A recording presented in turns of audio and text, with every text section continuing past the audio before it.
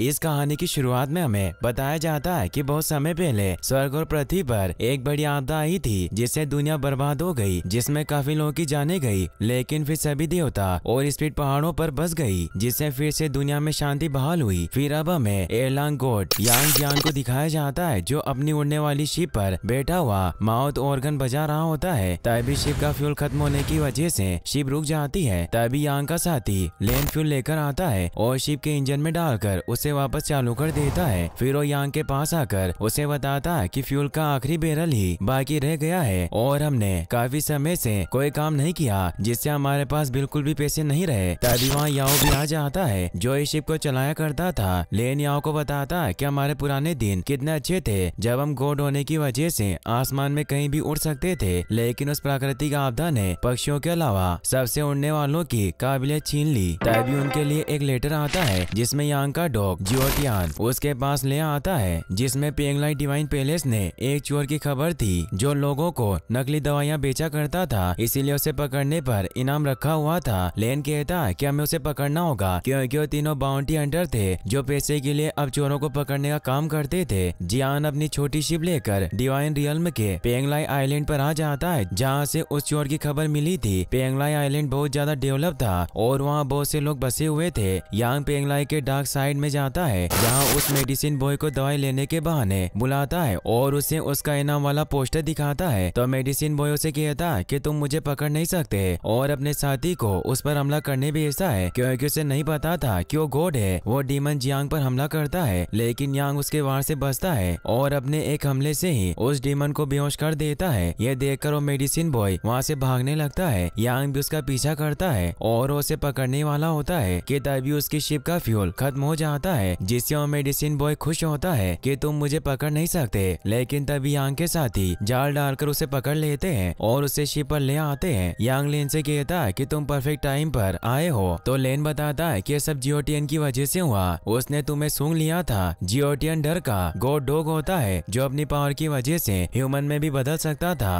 अब वो उस मेडिसिन बॉय को जेल में देकर अपने इनाम की रकम ले लेते हैं। फिर जब वो शिप पर आते हैं तो याओ यांग जियान को बताता है कि कोई तुम्हारा अंदर इंतजार कर रही है। जियांग जब अपने कमरे में जाता है तो वहाँ एक खूबसूरत लड़की उसका इंतजार कर रही थी जिसका नाम वालनू होता है। वो उसे बताती है कि मैं किसी को ढूंढ रही हूँ, इसीलिए मुझे तुम्हारी मदद चाहिए। तो यांग जियान उसे कहता है कि हम सिल्वर बाउंटी हंटर्स हैं, हम लोगों को पकड़ते हैं, उन्हें ढूंढते नहीं। तो वालनू से कहती है कि मैं भी उस लड़के को पकड़ना चाहती हूँ जिसका नाम चेन जियांग है, जिसने मेरी बहन का खजाना चुराया। वो बाओ लियान सेक्रेट लैंप था। मैं और मेरी बहन साथ बड़े हुए थे। 12 साल पहले जो महाआपदा आई तब वो गायब हो गई और उसने मुझे वो खजाना सौंपा जो हमारे परिवार की विरासत थी, इसीलिए क्या तुम मेरी मदद कर सकते हो? यांग उसे कहता है कि मैं तुम्हारी मदद कर दूंगा लेकिन तुम्हें उसकी कीमत चुकानी होगी। तो उसे कुछ सिल्वर स्टोन देती है और वहाँ से चली जाती है। वहीं हम चेन जियांग को देखते हैं जो कुछ लुटेरों की गैंग के साथ मिलकर उस फैक्ट्री पर हमला कर देता है जहाँ पर ब्लेंडेड एनर्जी को बनाया जाता था। ये वही एनर्जी थी जिससे सभी शिप चला करते थे। वो लुटेरे और चेन जियांग वहाँ मौजूद सभी गार्ड को मारने लगते हैं और पैसे लूटने लग जाते हैं, मगर चेन जियांग यहाँ पैसे लेने नहीं बल्कि वहाँ नीचे फैक्ट्री में मौजूद 7 एनर्जी चुराने आया था। इसीलिए वो नीचे फैक्ट्री में आ जाता है जहाँ एक बहुत बड़ा मोस्टर रखवाली कर रहा था जिसकी आंखें उसके हाथों में थी। उस मोस्टर को वहाँ किसी के होने का एहसास होता है, मगर चेन जियांग छिप जाता है और चुपके से उस पर अपने चाकू से हमला करके उसे मार डालता है। फिर वो एनर्जी को उस सिगरेट लैंप में भरने लग जाता है। वहीं वो लुटेरे भी सभी चीजों को लूट रहे थे, लेकिन तभी वहाँ सेलेस्टियल सोल्जर आने लगते हैं, इसीलिए सभी लुटेरे वहाँ से भागने लगते हैं। चेन जियांग भी उस एनर्जी को उस बाउल में भर लेता है, मगर उस फैक्ट्री को सोल्जर ने घेर लिया था। चेन जियांग को एक आइडिया आता है और वहाँ काम कर रहे छोटे मॉन्स्टर्स को आवाज लगा देता है क्योंकि उनसे वहाँ जबरदस्ती काम करवाया जाता था। वो छोटे मॉन्स्टर सभी पर बाहर आकर हमला कर देते हैं, जिससे चेन मौका पाकर वायर की मदद से भागने लगता है और अपनी शिप पर आ जाता है। उन चोरों का लीडर भी चेन जियांग की मदद के लिए रुकने को कहता है, मगर चेन उसे वहीं छोड़कर चला जाता है, जिससे आसमान से ही नीचे कूद जाता है, मगर सैनिक उस पर हमला करके उसे घायल कर देते हैं। वहीं हम डिवाइन रियल्म के पेंगलाई बंदरगाह को देखते हैं जहाँ अब यांग जियान पोर्टल से ट्रेवल करके डिवाइन रियल्म के फेंगी जियान टेम्पल पर पहुंच जाता है, जिसे कैसीनो आइलैंड भी कहा जाता था। यांग अकेला कैसीनो के अंदर पहुंचता है जहाँ वेटर से चेंग जियान के बारे में पूछता है, लेकिन वो कहता है कि मैंने उसके बारे में कभी नहीं सुना और वो अंदर बैठे 2 लोगों की तरफ इशारा करते हुए वहाँ से भाग जाता है क्योंकि अभी चेन जियांग को ढूंढ रहे थे। तभी यांग के पास कैसीनो मंकी आता है जो अपने 2 गोरिल्ला के साथ उसे परेशान करने लगता है और उसके सर पर लगा स्कार्फ हटा देता है और कहता है कि यह वास्तव में अंधा है क्योंकि जियांग के सर पर एयरलोंग गोट होने की वजह से तीसरी आंख भी थी, लेकिन वो अब बंद हो चुकी थी। कैसीनो मंकी सभी को बताता है कि यह फेमस यांग जियान है। फिर वो बताता है कि 12 साल पहले देवी यांग चान जो कि जियान की बहन थी उसे एक इंसान से प्यार हो गया था, इसीलिए उन्होंने स्व के नियमों को तोड़कर उससे शादी की। इसीलिए यांग जियान ने उसे माउंट हुआ के नीचे कैद कर दिया। यांग चान ने पहाड़ के नीचे फंसने से प्रेशियस बाउल लैंप से खुद को बचाने की काफी कोशिश की, जिससे यांग जियांग की जादुई शक्तियां गायब हो गई। यांग को इससे बहुत गुस्सा आता है क्योंकि ये सभी बातें झूठी थी। कैसीनो मंकी से कहता कि सालों पहले तुमने हमें गिरफ्तार किया था जब तुम बहुत ज्यादा स्ट्रॉन्ग थे, लेकिन तुम अब कमजोर हो, इसीलिए हम तुम्हें बहुत मारेंगे और उस पर हमला करते हैं। लेकिन यांग जियान अपने एक ही वार से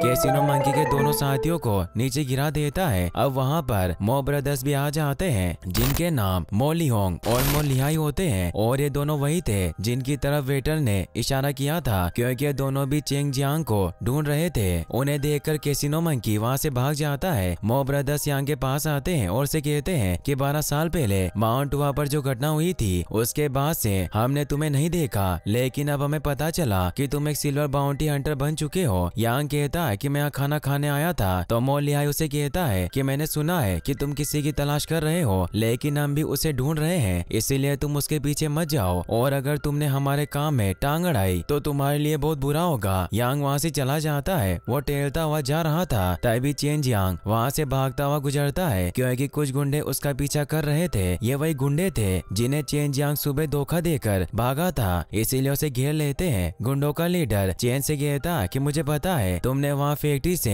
एक खासी चुराई थी, तो चेन कहता है कि ऐसा नहीं है। तभी वहाँ कैसीनो मंकी आ जाता है जो उसे बताता है कि मुझे पता है तुमने क्या चुराया है, इसीलिए अगर तुम अपनी जान की सलामती चाहते हो तो लैंप मुझे दे दो। तभी यांग भी वहाँ से गुजरता है तो चेन बड़ी ही चालाकी से वो लैंप यांग को दे देता है कि इसे अपने पास रखो, जिससे सभी को लगता है कि यांग भी उसी के साथ मिला हुआ है और वो उन दोनों पर हमला करने लगते हैं। चेन उन गुंडों को मारने लगता है, वो गुंडे यांग पर भी हमला करते हैं जिससे वो भी उनसे लड़ने लग जाते हैं। कैसीनो मंकी डर कर वहाँ से भाग जाता है। लीडर यांग पर हमला करता है लेकिन वो पावर किक से उसे एक दीवार में नीचे गिरा देता है और चेन उसे चाकू घोंप कर मार डालता है। यह देखकर जियान काफी हैरान होता है और उससे पूछता है कि तुम इतने हिंसक क्यों हो, क्या इन लोगों को मारना जरूरी था। चेन कहता है कि अगर मुझे पकड़ लेते तो ये मेरे लिए बहुत बुरा होता। फिर वो उससे लैंप मांगता है। जियान उसे कहता है कि इसमें क्या है, तुमने मुझे अपना खजाना क्यों दिया। चेन बताता है कि मैंने ऐसा इसलिए किया ताकि उन्हें लगे कि तुम मेरे साथ हो। यांग उसे कहता है कि क्या तुम मुझे जानते हो और अगर मैं तुम्हें यह खजाना वापस ना दूं तो तुम क्या करोगे। चेन कहता है कि मैं तुम्हें मार दूंगा। तो यांग उसे बताता है कि मैं यांग जियान हूँ और उसे वो लैंप दे देता है। तो चेन वहाँ से जाने लगता है लेकिन यांग उसका नाम लेता है जिससे वो हैरान हो जाता है और उससे पूछता है कि तुम्हें मेरा नाम कैसे पता। यांग उसे बताता है कि किसी ने मुझे तुम्हारे पीछे लगाया है। तभी वहाँ कैसीनो मंकी पर कोई हमला करता है, इसीलिए चेन वहाँ से भाग जाता है। तभी वहाँ मो ब्रदर्स आ जाते हैं और से कहते हैं कि तुम यहाँ क्या कर रहे हो। मो लिहाई देखता है कि उन गुंडों को चाकू से मारा गया है और यांग जियान ऐसा नहीं करता, जिससे वो समझ जाते हैं कि इन्हें चेन ने मारा होगा। यांग कहता है कि मैं उसे नहीं जानता और वहाँ से जाने लगता है। तो मो लिहोंग कहता है कि चेन जियांग तुम्हारे मास्टर यूडिंग के स्कूल से हैं। तो जियांग उससे हैरान रह जाता है। मो लिहाई कहता है कि अगर तुम उसके बारे में ज्यादा जानना चाहते हो तो अपने मास्टर यूडिंग से उसके बारे में पूछो। यांग डिवाइन रियल्म की जिनिक्सिया गुफा पर पहुंच जाता है जहाँ पर ही मास्टर यूडिंग का स्कूल था और वो वहीं रहा करते थे। यांग अपने मास्टर यूडिंग के पास पहुंचता है जो एक पेड़ के नीचे बैठे मेडिटेशन कर रहे होते हैं। फिर वो दोनों बैठकर बातें करते हैं। मास्टर यांग से पूछते हैं कि क्या तुम्हारी तीसरी आंख अभी भी बंद है। तो यांग उन्हें बताता है कि मेरी आंख अभी भी बंद है, लेकिन अगर मैं पूरी कोशिश करूं तो इसमें एक दरार खुल सकती है और वो उन्हें अपनी पट्टी खोलकर दिखाता है। यूडिंग बताते हैं कि इसका इलाज बहुत मुश्किल है, लेकिन शायद कोई चीज तुम्हें इसे खोलने के लिए मजबूर कर सकती है, मगर इससे तुम्हारा घाव और ज्यादा खराब हो जाएगा। फिर उसे बताते हैं कि तुम मेरे पास जब आए थे तब तुम बच्चे थे, मैंने तुम्हें अपने बेटे की की तरह पाला। 12 साल पहले तुमने लोटस पीक को सील किया था, लेकिन फिर भी आपदाएं नहीं रुकी। देवताओं का क्षेत्र दिन ब दिन कमजोर होता गया और मॉन्स्टर एंड डीमन शक्तिशाली होते गए। शायद मुझसे गलती हुई और जल्दी दुनिया पर फिर से आपदा आने वाली है। तो मास्टर का शिष्य मो ने कहता है कि इसमें आपकी कोई गलती नहीं है। हम सभी को दुनिया को बेहतर बनाने की पूरी कोशिश करनी चाहिए। यांग मास्टर से पूछता है कि मैंने एक आदमी से सुना कि चेन जियांग आपका शिष्य था। तो मो से कहता है कि चेन जियांग तुम्हारा भतीजा है जिसे तुम यहाँ लाए थे। यांग इससे हैरान रह जाता है कि चेन उसकी बहन का बेटा है। मास्टर उसे बताते हैं कि जब तुम उसे यहाँ लाए थे तब तुम नहीं जानते थे कि वो इतना बुरा बन जाएगा। वो बचपन में बहुत मासूम था, इसीलिए मैंने उसका नाम चेन जियांग रखा क्योंकि वो वृक्ष की तरह बिल्कुल शांत था। मगर मैंने नहीं सोचा था कि उस लड़के की वजह से मेरा स्कूल एक देशद्रोही को प्रशिक्षित करने वाला स्कूल बन जाएगा। मो फिर यांग को नीचे तालाब के पास लेकर जाता है जहाँ उन्होंने सेकंड मास्टर को सील कर रखा था जिसे चेन जियांग ने मारा था। यांग पूछता है कि चेन ने ऐसा क्यों किया। मो कहता है कि मुझे तो पहले ही पता था कि वो बच्चा बुरा है, मगर तुमने लोटस पीक को सील करके दुनिया को बचाया, इसीलिए मास्टर यूडिंग उसे स्कूल से निकालना नहीं चाहते थे। इसीलिए इस सेकंड मास्टर ने जब उसे ट्रेन करने से मना किया तो उसने उन्हें मार दिया। यांग देखता है कि उस सेकंड मास्टर के सीने पर अजीब सा घाव है, इसीलिए वो मो से इस बारे में पूछता है। तो मो बताता है कि चेन जियांग ने शेंग गोंग बाओ के साथ मिलकर इस सेकंड मास्टर को मारा। शेंग गोंग बाओ भी दरअसल एक गॉड था जो शेप शिफ्टिंग में माहिर है। वो बताता है कि उन दोनों ने सेकंड मास्टर का जादुई खजाना भी चुरा लिया जो बाओ लियान सीक्रेट लैंप था। इससे यांग हैरान होता है। वहीं हम चेन जियांग को देखते हैं जो डिवाइन रियल्म के एक बार में पहुंचता है जहां शेन गोंग बाओ मौजूद था, मगर वो अब शराबी बन चुका था। चेन उसे लैंप दिखाते हुए कहता है कि अब मुझे आगे क्या करना है। तो गोंग बाओ से बताता है कि दिव्य ऑयल और लैंप तुमने हासिल कर लिया है, अब तुम्हें लैंप शेड को हासिल करना होगा। चेन उससे पूछता है कि यांग जियान कौन है। वो मुझे ढूंढ रहा है और वो मेरे मास्टर के पुराने शिष्यों में से एक है। गांग बाओ अपने सोल बीस्ट लोयन के पास आकर उसे बताते हैं कि यांग जियान तुम्हारा मामा है। तो इससे चेन जियांग हैरान होता है। गोंग बाओ बताता है कि तुम्हारे मामा यानी यांग ने तुम्हारी माँ को लोटस पीक पर कैद कर दिया था। उसके पास बहुत सारी नेचुरल स्ट्रॉन्ग पावर है और वो सेक्रेट लैंप की पावर से भी निपट सकता है, इसीलिए उसने इसके टुकड़े टुकड़े कर दिए थे। मगर तुम इस सेक्रेट लैंप को फिर से पूरा करके उस लोटस पीक को तोड़ सकते हो जिससे तुम अपनी माँ को बचा लोगे। साथ ही उसे ये भी बताता है कि यांग जियान भेड़ियों की झुंड की तरह है। उसने मुझे ईस्ट चाइना के एक ब्लू होल में कैद कर दिया था, इसीलिए मैं उसे बदला लेकर रहूंगा और अपनी पावर को एक्टिवेट करता है। मगर वो शराब में टल्ली होने की वजह से ठीक से खड़ा भी नहीं हो पाता और वापस बैठ जाता है। चेन उनसे पूछता है कि यांग जियान मेरा पीछा क्यों कर रहा है। गोंग बाओ बताता है कि वो तुम्हारे सेक्रेट लैंप के पीछे है और तुम्हारे भी, क्योंकि ये सेक्रेट लैंप बस तुम्हारी माँ के खून और मांस से एक्टिवेट हो सकता था, इसीलिए अब सिर्फ तुम ही उसे एक्टिवेट कर सकते हो क्योंकि तुम्हारे हाथ में तुम्हारी माँ का ब्रेसलेट है। वही हम यांग जियान को देखते हैं जो सोच में डूबा होता है क्योंकि पो ने उसे बताया कि Bao Lian secret lamp second master का था, जबकि वान लू ने उसे बताया था कि उसकी बहन का था। इसीलिए उसे मिलने के लिए आइलैंड ऑफ गॉड पर पहुंच जाता है जहां योंग जो पैलेस में वो अपनी डांस परफॉर्म कर रही होती है। वो हाइब्रिड एनर्जी की मदद से उड़ पा रही थी। सभी उसका डांस देखकर बहुत खुश होते हैं। फिर जब वान लू अपने रूम में जाती है तो वहाँ यांग भी पहुंच जाता है। वान लू से पूछती है कि तुम यहाँ इस तरह अचानक क्यों आए। यांग उसे कहता है कि मुझे तुम्हारा डांस और गाना बहुत अच्छा लगा और पिछली बार जब मैंने तुम्हें देखा था तो मुझे ऐसा लगा जैसे मैंने पहले भी तुम्हें कहीं देखा हो। वान लू से कहती है कि शायद तुमने मुझे सपने में देखा होगा। जियांग कहता है कि ऐसा हो सकता है और उसे बताता है कि मैंने चेंग जियांग को ढूंढ लिया, उसने मेरे ही स्कूल में पढ़ाई की थी। और उसे बताता है कि तुमने कहा था कि सेक्रेट लैंप तुम्हारी बहन का है, पर ऐसा नहीं है, तुमने मुझसे झूठ क्यों बोला। वान लू से कहती है कि कुछ बातें ऐसी होती है जिन्हें ना जानना ही अच्छा होता है। और वो यांग को अपने मिरर से एक विजन दिखाती है जिसमें उसे अपनी माँ दिखाई देती है, मगर उनसे दूर जाने लगता है जो उसे कह रही थी कि लोटस पीक को तोड़ दो। यांग की जब आँख खुलती है तो वो देखता है कि वान लू वहाँ से चली गई है, इसीलिए वो भी वहाँ से निकल जाता है। वही हम ह्यूमन रियल्म में फेंगू शिपव्रेक नाम की जगह को देखते हैं जहाँ एक टूटी हुई शिप में चेन जियांग छिपा होता है और वो लैंप शेड चुराने की प्लानिंग कर रहा था ताकि वो लैंप पूरा हो सके। और वो लैंप शेड पास ही के एक टावर में था। तभी वहाँ यांग जियान आ जाता है, इसीलिए चेन उस पर हमला करता है, मगर वो खुद को बचा लेता है और उसे कहता है कि तुम्हारा हमला बहुत अच्छा था। चेन अपने खंजर को बाहर निकाल लेता है। यांग वहाँ लगे लैंप के पोस्टर देखकर कहता है कि क्या तुम बाओ लियान लैंप के पीछे हो। चेन उसे कहता है कि तुम्हारा इससे कोई लेना देना नहीं है। यांग उसे बताता है कि मैं तुम्हारा मामा हूँ और ये सच है कि मैं ही तुम्हें अपने मास्टर यूडिंग के पास जिनिक्सिया गुफा में लेकर गया था, क्योंकि तुम उस वक्त बहुत छोटे थे और यहाँ तक कि मैंने तुम्हारा कोई नाम भी नहीं रखा था,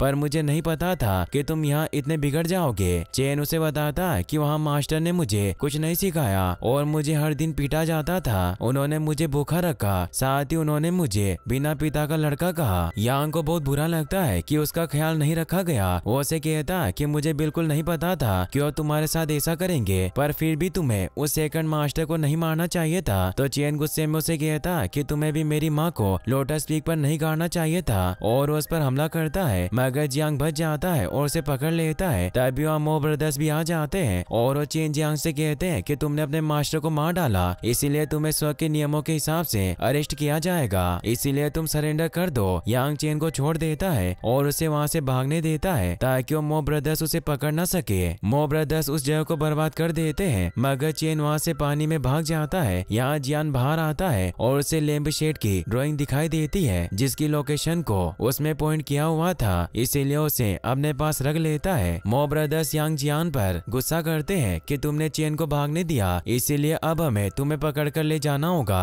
यांग जियान उन्हें कहता कि अभी मुझे एक मामला सुलझाना है, उसके बाद मैं खुद को तुम्हें सौंप दूंगा। तो गुस्से में मो ब्रदर्स अपनी पावर से उस पर हमला करने लग जाते हैं। यांग जियान भी उन पर हमला करता है और वहाँ से भागने लग जाता है, मगर तभी एक जायंट वीजल उस पर हमला करके उसे दबोच लेता है, जिससे मो लियोंग अपनी पावर से यांग जियान को पकड़ लेता है और अब वीजल भी छोटा हो जाता है जो मो लिशो का सोल बीस्ट था। मो लिहाई यांग जियान से कहता है कि तुम भी चेन के साथ मिले हुए हो और उसे जेल में डलवा देते हैं। मेडिसिन बॉय वहाँ यांग जियान को देखकर बहुत हैरान होता है। मेडिसिन बॉय यांग जियान को कहता है कि मैं तुमसे कोई बदला नहीं लेना चाहता, हम दोनों को यहाँ से बाहर निकलने का कोई रास्ता ढूंढना होगा, मगर यांग जियान उसका कोई जवाब नहीं देता। तभी उसके साथी अपना शिप लेकर वहाँ आ जाते हैं और उस सेवन जेल पर हमला कर देते हैं, जिससे वहाँ मौजूद बीस्ट जाग जाता है। मेडिसिन बॉय जहाज देखकर समझ जाता है कि वो यांग जियान को छुड़ाने आए हैं। अब यांग जियान अपनी पावर से जेल के बाहर हाथ निकाल लेता है और जेलर पर हमला करके चाबी से गेट खोल देता है। वो मेडिसिन बॉय को कहता है कि तुम भी मेरे साथ चल सकते हो। फिर वो वहाँ से निकलने लगते हैं। जेल में मौजूद बीस्ट यांग जियान के साथियों के ऊपर अटैक करने लगता है, लेकिन यांग जियान अपने जादुई कोइन से उस बीस्ट का ध्यान भटकाता है और शिप पर पहुंच जाता है। वो मेडिसिन बॉय को भी अपने साथ जाल में ले लेते हैं। वो बीस्ट उन पर अपनी फायर पावर से हमला करता है, लेकिन यांग का डॉग जियोटियन वहाँ अपनी पावर से उनके हमले को बेअसर कर देता है और वो सभी वहाँ से सेफली निकल जाते हैं। वही हम डिवाइन रियल्म के द क्लैरिटी टावर ऑफ फेंगी को देखते हैं, जहाँ लैम्प शेड रखा हुआ था, जिसे हासिल करने के लिए चेन जियांग शेन गोंग बाओ के साथ वहाँ पहुँच जाता है। गोंग बाओ चेन को बताता है कि इस टावर में लैम्प शेड का यूज लाइट के तौर पर किया जाता है ताकि यात्री को रास्ता दिखाया जा सके। फिर वो उस टावर में पहुँच जाते हैं जहाँ लैम्प शेड की रखवाली मो लिंकिंग कर रहा होता है। गोंग बाओ से देखकर खुश होता है क्योंकि उसका दोस्त था, लेकिन मो लिंकिंग उसे कहता है कि मैं कल से इस हत्यारे लड़के का इंतजार कर रहा था कि यहाँ जरूर आएगा। जोंग बाओ से कहता है कि तुम जानते हो कि जो हुआ पर्वत में कैद फिनिक्स एक दिन जरूर मुक्त हो जाएंगे। मो लिंकिंग कहता है क्या मो ब्रदर्स उन दोनों को आने से रोकने में लगे हुए हैं, क्योंकि अगर फिनिक्स आजाद हुए तो इस दुनिया में फिर से कियोस मच जाएगा, इसीलिए मैं तुम्हें ये लैम्प शेड नहीं लेने दूंगा।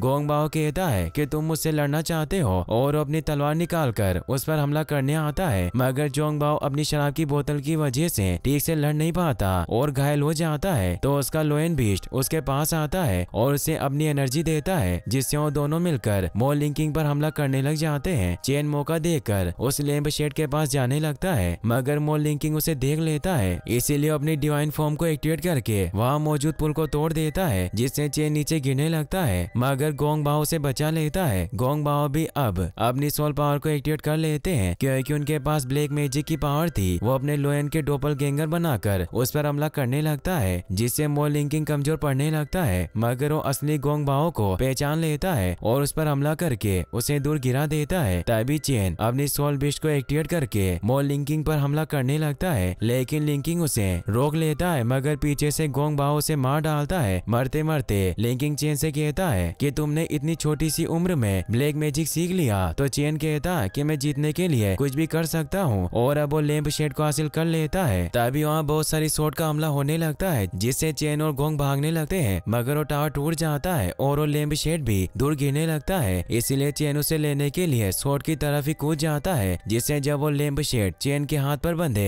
ब्रेसलेट के टच होता है तो लोटस पावर एक्टिवेट होती है, जिससे एक धमाका होता है और वो टावर टूट जाता है और चेन भी दूर गिर जाता है। तभी वो सारी स्वॉर्ड वापस से इकट्ठा होने लगती है और वो चेन की तरफ बढ़ती है। ये देखकर गोंग बाओ चेन की मदद करता है और उन स्वॉर्ड को नीचे आने से रोकता है। वो चेन से कहता है कि तुम यहाँ से भाग जाओ, तो चेन वहाँ से भाग जाता है, मगर गोंग बाओ उन स्वॉर्ड को ज्यादा देर तक नहीं रोक पाता और उन स्वॉर्ड की वजह से घायल हो जाता है। तभी मो ब्रदर्स अपने मास्टर के साथ वहाँ आ जाते हैं और मास्टर अपनी स्वॉर्ड से अब गोंग बाओ को मार देते हैं। गोंग बाओ का टाइगर अभी भी जिंदा होता है, जो गोंग बाओ को मरा हुआ देख बहुत दुखी होता है, इसीलिए उन्हें अपनी एनर्जी देकर वापस जिंदा करने लगता है। लेकिन तभी उस लोयन पर भी कोई हमला करता है, जिससे वो भी मारा जाता है। फिर हम देखते हैं कि यांग जियान जब वहाँ आता है तो वो देखता है कि शेन गोंग बाओ अभी भी जिंदा होता है। वो यांग से कहता है कि हम दोनों ने एक दूसरे को काफी लंबे समय से नहीं देखा, मैंने सुना है कि तुम्हारी स्वर की आँख खराब हो गई है। यांग जियान उससे पूछता है कि चेन जियांग कहाँ है। गोंग बाओ से कहता है कि वो यहाँ से भाग निकला, वो एक बहुत ही कठोर दिल वाला निर्दयी बच्चा है, मैं भी जवानी में उसी के जैसा था, इसीलिए मैंने उसे मेरी ब्लैक मैजिक पावर सिखाई। यांग जियान उससे पूछता है कि क्या तुम जानते हो कि वो कहाँ गया होगा। गांग बाओ बताता है कि उसका एक रहस्य है। जियान उसके सीने पर अजीब से घाव देखता है, इसीलिए उससे पूछता है कि ये किसने किया, मगर वो कुछ कहता इससे पहले ही वो मर जाता है। वही हम डिवाइन रियल्म के टूडू कोह का सीन देखते हैं, जहाँ जियांग अपने साथियों के साथ पहुंच गया था क्योंकि उसे ह्यूमन रियल्म में जाना था, क्योंकि उसे पता था कि चेन वहीं जाएगा। इसीलिए वो पोर्टल को खोलने के लिए एक आदमी के पास आए थे, जो जियान को अपनी बट्टी चलाकर पोर्टल से इंसानों के लोक में भेज देता है, जिससे जियांग ह्यूमन रियल्म के चांगंग इलाके में पहुंच जाता है। मगर वो देखता है कि वो गाँव पूरी तरह से बर्बाद हो चुका है और ये सब सालों पहले हुए स्वर्ग की लड़ाई की वजह से हुआ था। वहीं चेन जियांग लिशान में वानलू के पास पहुंच जाता है। वो लैंप और लैंप कवर को जोड़कर उस बाओलियन लैंप को पूरा कर लेते हैं, जिससे वो एक्टिवेट हो जाता है और कई सारे फिनिक्स बर्ड उसके ऊपर उड़ने लग जाते हैं। ये देखकर चेन वानलू से पूछता है कि ये सब क्या है। तभी वानलू यांग जियान को बुलाती है, क्योंकि उसे एहसास हो गया था कि वो भी वहीं छिपा हुआ है। इसीलिए उसे कहती है कि अब जब तुम यहाँ आई गए हो तो चेन को इस लैंप का असली काम बताओ। यांग जियान नीचे आ जाता है। यांग उसे बताता है कि वह पर्वत का लोटस पीक फिनिक्स का घोंसला है, जहाँ महान अग्नि आत्माओं के रूप में फिनिक्स रहती है, जिनमें इस अर्थ को तबाह करने की शक्ति है। अगर उन्हें लोटस पीक से आजाद कर दिया जाए तो यह पूरा ब्रह्मांड बर्बाद हो जाएगा। देवी नोवा यानी मेरी माँ ने ये लैंप तुम्हारी माँ को दिया था ताकि तुम्हारी माँ लोटस पीक की रखवाली कर सके, लेकिन 12 साल पहले फिनिक्स की संख्या काफी बढ़ने लगी थी, जिससे बाओलियन लैंप की पावर भी उन्हें रोक नहीं पा रही थी। इसीलिए मेरे मास्टर ने मुझे मेरी बहन की सहायता करने भेजा, लेकिन फिनिक्स की शक्ति बहुत पावरफुल थी, जिससे वो बाओलियन लैंप टूट गया। फिनिक्स आजाद होने लगे, मगर तुम्हारी माँ ने उन्हें रोकने के लिए लोटस पीक में छलांग लगा दी और मुझसे कहा कि तुम्हारा ख्याल रखना, और उसकी पावर की वजह से वो फिनिक्स वापस से नीचे सील हो गए। मगर मेरी बहन के मरने से मुझे बहुत दुख हुआ और मैंने गुस्से में आकर वहाँ मौजूद चट्टानों पर अपनी कुल्हाड़ी मारी, जिससे फिनिक्स को वहीं सील कर दिया गया। वहाँ लो बताती है कि उस दिन के बाद से तुम्हारी तीसरी आंख भी फिर कभी नहीं खुली। चेन इससे काफी घबरा जाता है, क्योंकि अब वो समझ गया था कि उसकी माँ के लोटस पीक पर कैद होने की असली वजह क्या है। वो यांग से कहता है कि मुझे लोगों ने बताया था कि मेरी माँ ने एक इंसान से शादी की, इसीलिए उन्हें वहाँ कैद किया। तो यांग जियान उससे कहता है कि ये सब झूठी बातें हैं, क्योंकि मेरी माँ ने भी एक इंसान से शादी की थी और उन्होंने मुझे और तुम्हारी माँ को जन्म दिया, मगर मैं उस वक्त बहुत घायल था, इसीलिए मैं तुम्हारी देखभाल नहीं कर सका, इसीलिए मैं तुम्हें मास्टर के पास छोड़ आया। चैन उससे कहता है कि अगर मेरे मामा हो फिर भी कभी आप मुझसे मिलने क्यों नहीं आए। यांग जियान बताता है कि मास्टर यूडिंग ने मुझे तुमसे मिलने के लिए मना किया था जब तक कि तुम बड़े नहीं हो जाते। चैन वानलू से कहता है कि दादी वानलू क्या ये सच कह रहा है। इससे यांग हैरान होता है। वानलू से कहती है कि सच कह रहा है और वो यांग जियान को बताती है कि तुम्हारी माँ याओ जी की बहुत अच्छी दोस्त थी और मेरा एक और नाम है गॉडेस उशन, और अभी हमें बहुत इंपॉर्टेंट काम करने हैं, इसीलिए वो उन दोनों को अपने पीछे आने को कहती है। वो दोनों उसके पीछे जाते हैं। वानलू ने एक ऊंची जगह ले जाकर माउंट वो दिखाती है और बताती है कि वही लोटस पीक है और वहाँ जो प्रकाश की रोशनी है वो सभी कैद फिनिक्स की वजह से है। चैन उससे कहता है कि मेरी माँ अभी भी वहीं फंसी होगी। वानलू यांग जियान से पूछती है कि क्या तुम जानते हो कि ये लैंप फिनिक्स को लोटस पीक में क्यों दबाए रखता है। यह सब जिनिक्सिया गुफा के कारण है, क्योंकि तुम्हारे मास्टर यूडिंग फिनिक्स की शक्ति को काबू करते हैं, इसीलिए उन्होंने गुफा बनाई हुई है, और अगर फिनिक्स वहाँ से आजाद हो गए तो जिनिक्सिया गुफा भी टूट जाएगी, जिससे उनकी फिनिक्स पावर भी चली जाएगी। इसीलिए तुम्हारे गुरु ने तुम्हें उस गुफा की रक्षा के लिए भेजा था। यांग जियान उन्हें कहता कि मास्टर ने मुझे सिर्फ इतना बताया कि यह फिनिक्स बहुत सी आपदाएं लाती है, इसीलिए सबकी जान बचाने के लिए लोटस पीक की रक्षा करना जरूरी है। और उन्होंने मुझे जिनिक्सिया गुफा के बारे में कुछ नहीं बताया। वान लू से कहती है कि मास्टर यूडिंग सिर्फ अपने बारे में सोचता है क्योंकि वो स्वर्ग और पृथ्वी पर शासन करना चाहता है, लेकिन अगर फिनिक्स आजाद हो गए तो ऐसा नहीं कर पाएगा और तुम्हारे मास्टर ने तुम्हें धोखा दिया है और अब हम हुआ पर्वत को तोड़ देंगे और कैद यांग चांग को बचा लेंगे। यांग जियान काफी देर तक सोचता रहता है और वान लू से कहता है कि अगर मैं तुम्हारी बात मान भी लूं कि तुम सच बोल रही हो, लेकिन फिर भी मैं अपने मास्टर यूडिंग के पास जाकर सच जानना चाहता हूँ। और वो चेन जियांग से कहता है कि तुम भी मेरे साथ चल सकते हो। चेन उसे कहता है कि मैं तुम्हारे साथ नहीं आना चाहता, तुम भी उस पहाड़ की रक्षा करने वालों में से एक हो। अगर तुम उस पहाड़ को तोड़ने में मदद नहीं करोगे तो मैं अकेले ये काम कर लूंगा। और वो वहाँ से लैंप लेकर जाने लगता है। यांग जियान उसे रोकने लगता है तो वान लू अपने मैजिक से यांग जियान को रोकती है और कहती है कि तुम अपने मास्टर के प्यार में अंधे हो चुके हो और तुम अब भी उसके पास जाना चाहते हो। जियांग उस पर हमला करता है और उसे तालाब में गिरा देता है, मगर अब वान लू अपने थ्रेड पावर को एक्टिवेट कर लेती है और यांग जियान पर हमला करने लगती है। यांग जियांग उसके वार से बचता है और एक कपड़े की मदद से उसे पकड़कर दूर गिरा देता है, जिससे वो घायल हो जाती है। यांग जियांग उसे कहता है कि मुझे डर है कि अगर चेन तुम्हारे साथ रहेगा तो वो भी गोंग बाओ के जैसे मारा जाएगा, क्योंकि गोंग बाओ को भी तुम नहीं मारा था। वान लू से कहती है कि तुम ये कैसे कह सकते हो। यांग उसे बताता है कि संगीत हॉल में मुझे जो सपना आया था उसमें मेरी माँ मुझे लोटस पीक तोड़ने की कह रही थी, मगर वो सपना तुमने मुझे दिखाया था। और सेकंड मास्टर को भी चेन जियांग ने नहीं मारा बल्कि तुमने मारा, क्योंकि उसकी बॉडी पर दागे जैसे निशान थे, जो निशान मैंने गांग बाओ के शरीर पर भी देखे, जिसकी वजह से उसकी डेथ हुई। और अभी तुमने मुझ पर भी अपने उसी खास जादुई हथियार का इस्तेमाल किया था। और उसका हाथ पकड़कर वो हथियार दिखाता है। चेन जियांग इससे हैरान होता है और वान लू से पूछता है कि तुमने उन्हें क्यों मारा। वान लू बताती है कि अगर मैं तुम्हारे मास्टर को नहीं मारती तो तुम कभी जिनिक्सिया गुफा को नहीं तोड़ते, और मैंने शेन गोंग बाओ को जानबूझकर नहीं मारा। वो पहले दर्द से बहुत तड़प रहा था, उस समय उसके लिए मौत एक वरदान थी, इसीलिए मुझे उसे मारना पड़ा। चेन उसे कहता है कि ये सब तुमने क्यों किया। वान लू बताती है कि मैं चाहती थी कि वो माउंट को बर्बाद हो जाए ताकि तुम्हारी माँ मुक्त हो सके, जैसा तुम्हारा लक्ष्य था। यांग कहता है कि मैं तुम्हें ऐसा नहीं करने दूंगा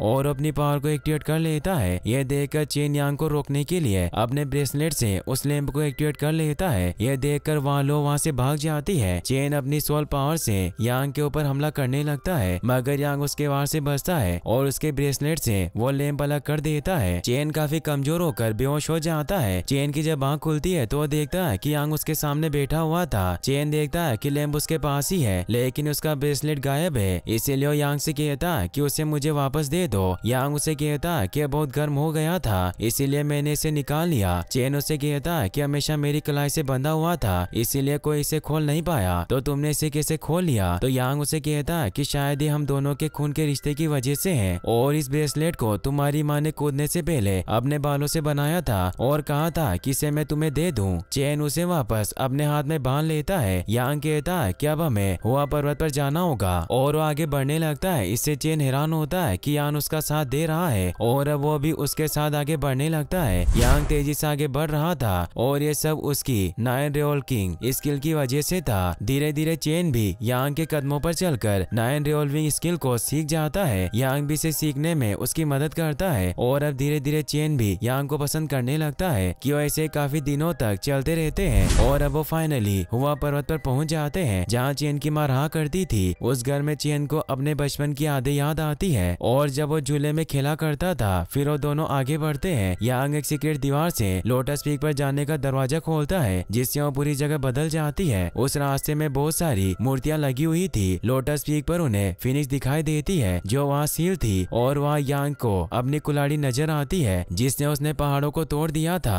तभी उन्हें वहाँ ब्रिज पर वान लू दिखाई देती है, इसीलिए यांग चेन को वहीं रुकने को कहता है और खुद उसके पास जाने लगता है। वान लू बंधी हुई थी, वो उसे कहती है कि सब मास्टर यूडिंग की चाल है और उसे भागने को कहती है। यांग देखता है कि वो स्वर्गीय धागे से बंधी हुई है, इसीलिए वो भागने लगता है, मगर तभी वो जगह कांच की तरह टूटने लगती है क्योंकि वो एक ताइजी डायग्राम था। चेन भी उस डायग्राम में फंसने लगता है, लेकिन इससे पहले ही वो दूर कूद जाता है, मगर यांग उस पेपर में कैद होता है। तभी वहाँ मूर्तियों से मो ब्रदर्स भी बाहर निकल आते हैं जो वहीं छिपे हुए थे और वो चेन को पकड़ लेते हैं। मो ब्रदर्स बातें बातें करते हैं कि केवल ये स्क्रॉल ही यांग जियान को कैद कर सकते थे क्योंकि उसकी इच्छाओं को प्रकट करेगा। अब वहाँ मास्टर यूडिंग भी आ जाते हैं। यांग जियान उस डायग्राम की वजह से कई सारे आयामों से गुजरता है। फिर उसे अपने बचपन का किस्सा याद आता है। जब वो छोटा था तो उसकी माँ लोटस पीक को बचाने की वजह से दूर चली गई थी, इसीलिए उसने लोटस पीक को तोड़ दिया था और वो नीचे खाई में गिर जाता है। मगर उसे अपनी माँ दिखाई नहीं देती, बस उनकी आवाज सुनाई देती है जो उसे कहती है कि वो पर्वत अब आजाद हो चुका है, इसीलिए मुझे भी अब मुक्ति लेनी होगी क्योंकि हमारे परिवार की महिलाओं का यही भाग्य है। हमें विश्व शांति बनाए रखने के लिए लोटस पीक की रक्षा करनी पड़ती है। यांग जियान रोने लग जाता है तो उसकी माँ कहती है कि तुम मत रो, तुम्हें आगे बढ़ना होगा क्योंकि कोई कभी नहीं मरता, इसीलिए हर जलती रोशनी में तुम मुझे कभी भी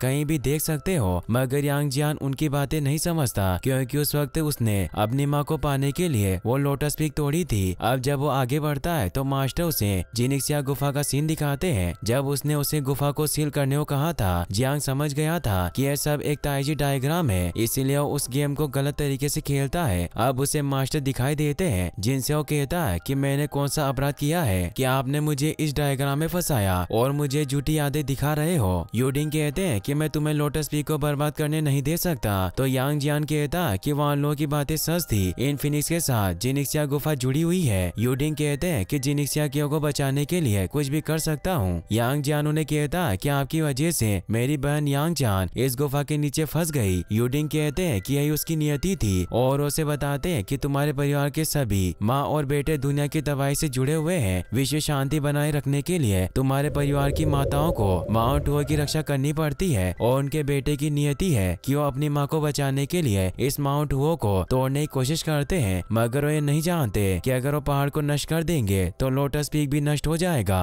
और फिनिक्स उड़ जाएंगे, जिससे हर जगह आपदा और अराजकता पैदा होगी। और पिछली बार जब तुमने अपनी माँ को बचाने के लिए ऐसा किया था तो बहुत तबाही हुई थी और इस बार चेन जियांग अपनी माँ को आजाद करने के लिए इस पहाड़ को तोड़ना चाहता है। यांग जियान हंसता हुआ कहता है कि जब मैं अनाथ था तो आपने मुझे पाला और एक छात्र की तरह पढ़ाया और हर तरह की मिस्टिकल आर्ट्स और टेक्निक सिखाई, मगर जब चेन जियांग को मैंने आपके पास छोड़ा तो आपने उसे कुछ नहीं सिखाया ताकि वो माउंट हुआ को ना तोड़ सके। यूडिंग कहते हैं कि तुम्हारी बातें सच है, मगर मैं तुम्हारी माँ की तरह ही शांति बनाए रखना चाहता हूँ। वान लू यूडिंग से कहती है कि तुम्हारी जिनिक्सिया केव नष्ट होकर रहेगी क्योंकि अब फिनिक्स की शक्ति बढ़ गई है और तुम जिनिक्सिया गुफा को नष्ट इसीलिए नहीं होने देना चाहते हो क्योंकि उसका जीवन तुम्हारी लाइफ के साथ जुड़ा हुआ है। यूडिंग बताते हैं कि ये सच है और माना कि मैं गलत हूँ, लेकिन मैं इस गुफा को नष्ट नहीं होने दूंगा। यांग जियान काफी दुखी होता है कि मास्टर ने उसे धोखा दिया और अब वान लू और चेंग को भी स्क्रॉल में डाल देते हैं ताकि उन तीनों को मार सके।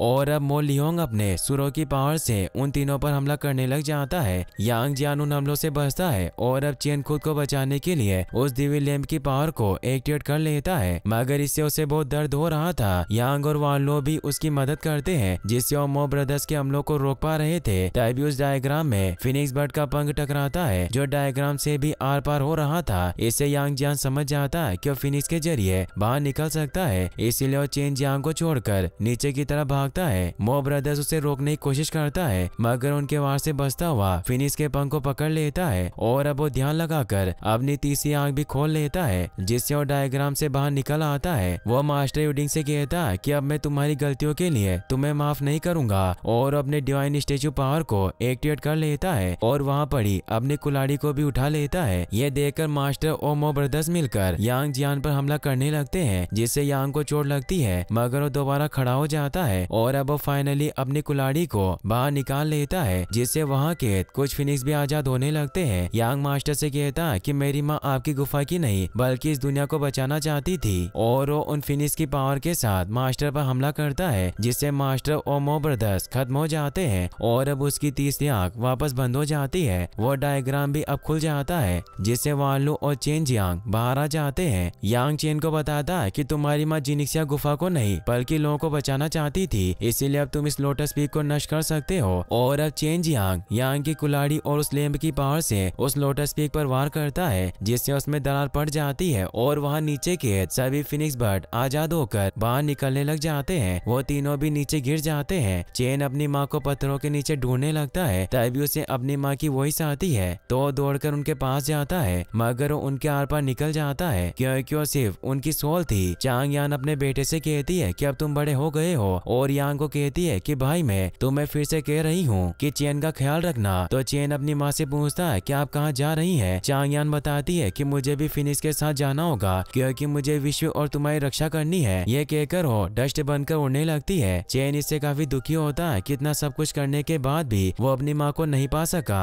यांग उसे बताता है कि तुम्हारी माँ पहले ही फिनिक्स के साथ जुड़ चुकी थी और अब पहाड़ भी टूट गया है, इसीलिए फिनिक्स आजाद है, इसीलिए तुम्हारी माँ को भी उनके साथ जाना पड़ा, लेकिन हमेशा तुम्हारे आसपास रहेगी। और इसी के साथ ये मूवी यहीं पर खत्म हो जाती है। फिर हमें इसके पोस्ट क्रेडिट सीन को दिखाया जाता है जहाँ हम नेजा और मंकी किंग को देख पाते हैं जिन्हें यांग जियान की कहानी एक स्टोरी टेलर सुना रहा होता है, मगर वो स्टोरी टेलर नेजा को देखकर वहाँ से भाग जाता है क्योंकि वो कैसीनो मंकी होता है। और इसी के साथ ये मूवी फाइनली यहीं पर एंड हो जाती है। गाइस, अगर आपको वीडियो अच्छा लगा हो तो इस वीडियो को लाइक करने के साथ साथ चैनल को सब्सक्राइब जरूर कर लें। और अगर आपने अभी तक नेजा 2 की वीडियो नहीं देखी है तो आप एंड स्क्रीन पर क्लिक करके इस वीडियो को भी वॉच कर सकते हैं। Thanks for watching.